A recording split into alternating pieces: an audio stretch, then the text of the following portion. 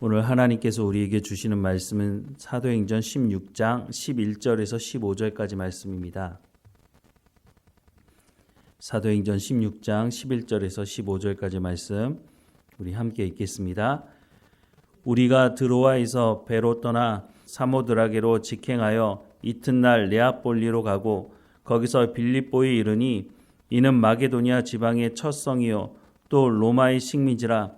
이 성에서 수일을 유하다가 안식일에 우리가 기도할 곳이 있을까 하여 문 밖 강가에 나가 거기 앉아서 모인 여자들에게 말하는데, 두아디라시에 있는 자색 옷감 장사로서 하나님을 섬기는 누디아라 하는 한 여자가 말을 듣고 있을 때 주께서 그 마음을 열어 바울의 말을 따르게 하신지라. 그와 그 집이 다 세례를 받고 우리에게 청하여 이르되, 만일 나를 주 믿는 자로 알거든 내 집에 들어와 유하라 하고 강권하여 머물게 하니라. 아멘. 바울은 성령의 인도하심을 따라서 지금의 투르키의 북쪽에 있는 지역을 향해서 2차 선교 여행을 떠나려고 했습니다. 그런데 성령께서 복음을 전하지 못하도록 막으셨고 그 복음의 발걸음을 유럽 쪽으로 향하게 하셨죠. 처음에는 좀 황당하지 않았을까요? 바울은 나름 자기가 선교를 준비했을 것입니다. 그런데 그 모든 것이 무산되고 지역 자체가 바뀌었으니 유럽 쪽은 또 가본 적이 있는지는 모르겠지만 또 모든 것을 새롭게 준비해야 되는 상황이 되고 말았을 것입니다.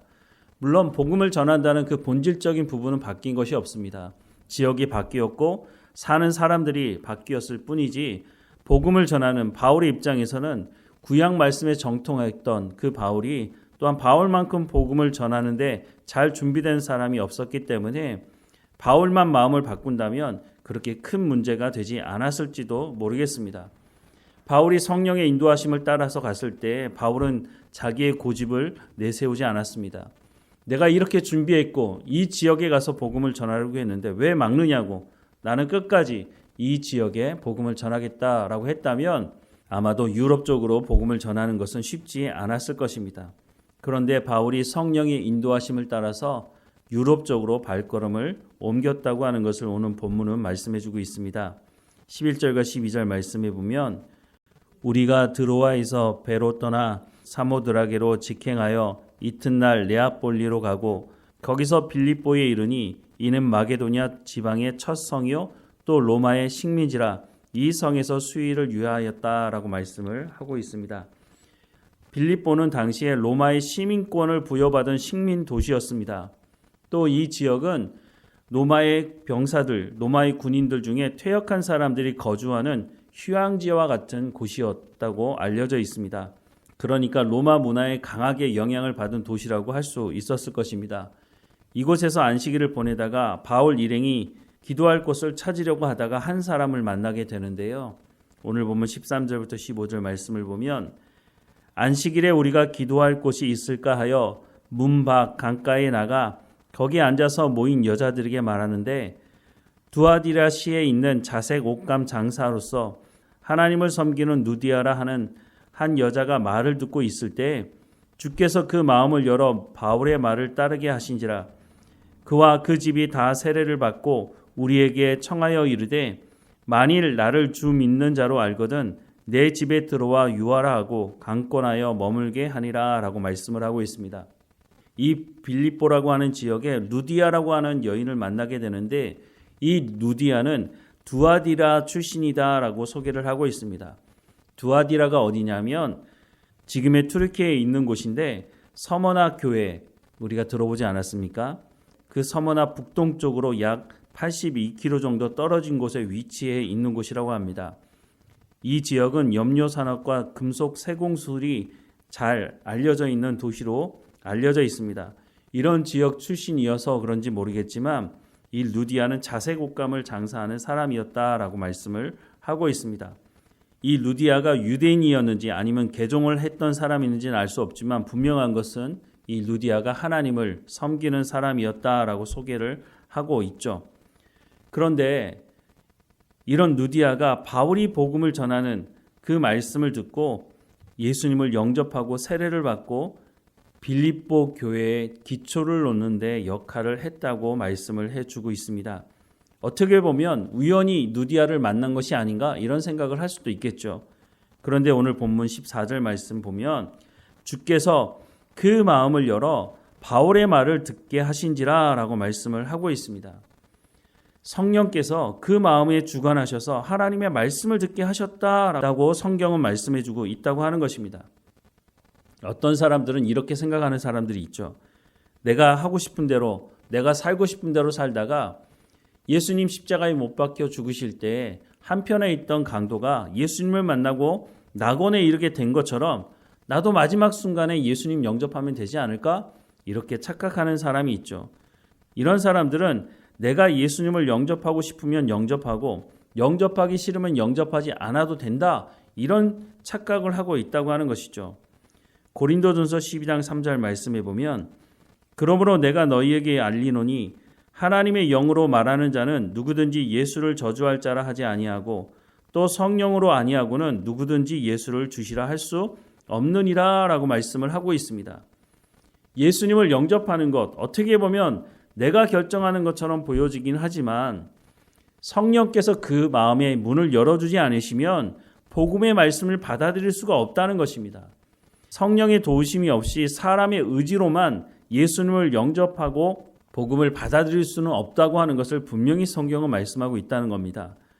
즉 주께서 그 마음을 열어 바울의 말을 따르게 하신지라 라고 하는 것은 성령께서 루디아의 마음을 열어주셨고 복음의 말씀을 듣게 하신 것이지 바울이 잘나서 그런 것은 아니라고 하는 것입니다. 바울이 한 것은 성령의 인도하심을 따라 순종했을 뿐이고 하나님의 말씀을 전했을 뿐인 것입니다.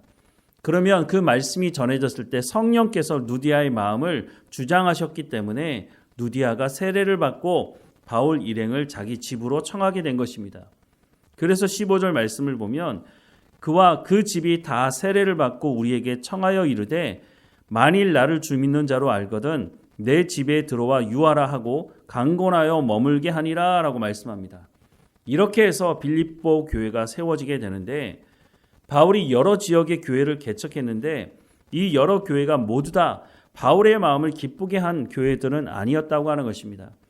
끝까지 바울과 협력한 교회는 몇 되지 않았는데 그 중에 대표적인 교회가 바로 빌립보 교회였다는 겁니다.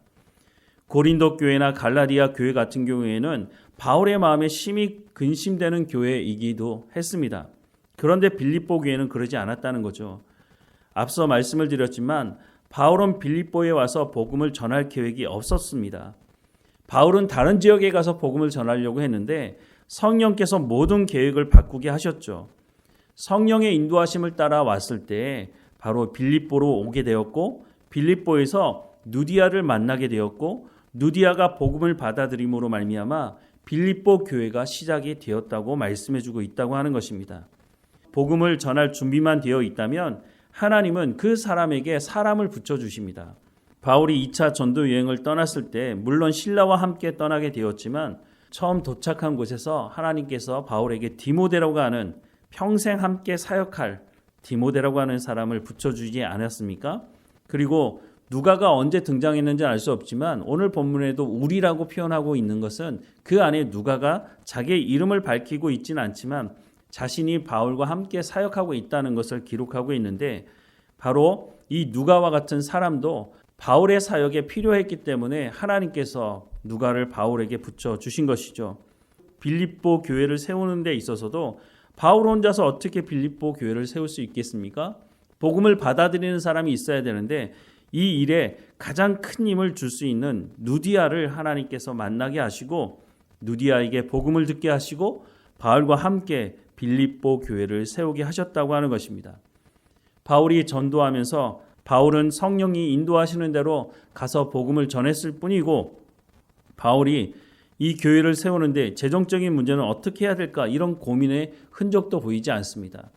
하나님께서 필요한 재정, 필요한 사람 모든 것들을 공급해 주셔서 바울이 복음을 전함으로 말미암아 교회가 세워지는 것을 보게 되는 것이죠.